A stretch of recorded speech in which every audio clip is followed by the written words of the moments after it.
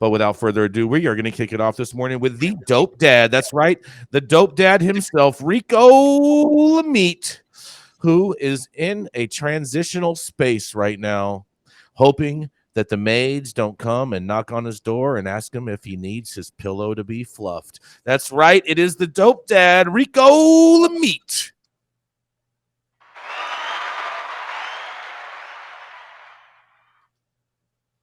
I wouldn't mind a good fluffing right now, Jason. Anyways, let's talk about data.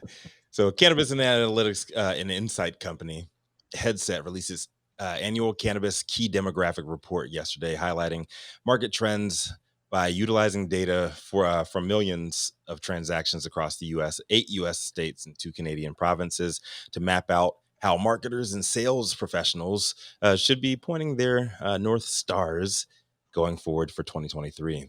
The report highlighted key shifts tied to gender and age, and although currently millennial sales and millennial males dominate the landscape in both the US and Canada, accounting for almost 2/3 of all sales, the scene is definitely changing. You can check out and download the full report through the link in the article, but here are my 4 big takeaways. Number 1, Gen Z is actually buying their own shit now and no longer bumming hits off of your stash. Millennial and Gen Z consumers now account for 72.1% of all tracked sales and 63% in the US, with Gen Z being the fastest growing age group in both countries. Percent share of year over year total sales up 11.3% and 6% respectively. Women are slowly and steadily catching up to men as far as buying goes. While males still account for roughly 2/3 of sales overall, 2022 saw females slightly gaining traction, up 1.2% and 0.27% respectively.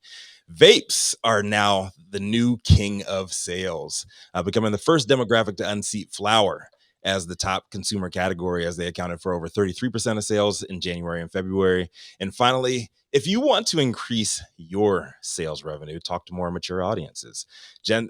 More data continues to support higher ticket sales correlating with older customers. The average basket size of Gen X and baby boomers is above $60, while the average basket size of millennials and Gen Z consumers remains below 55 and has been stagnant over the last 4 years. If you're marketing any kind of product to cannabis consumers, before everything else, you got to know who's buying what, when, and where. And with the tools we have access to today, things can get confusing if you don't know where to start. While digital tools like headset reporting, and I wouldn't be surprised if we saw more AI-powered products hitting the market soon, doing a lot more than headset can do.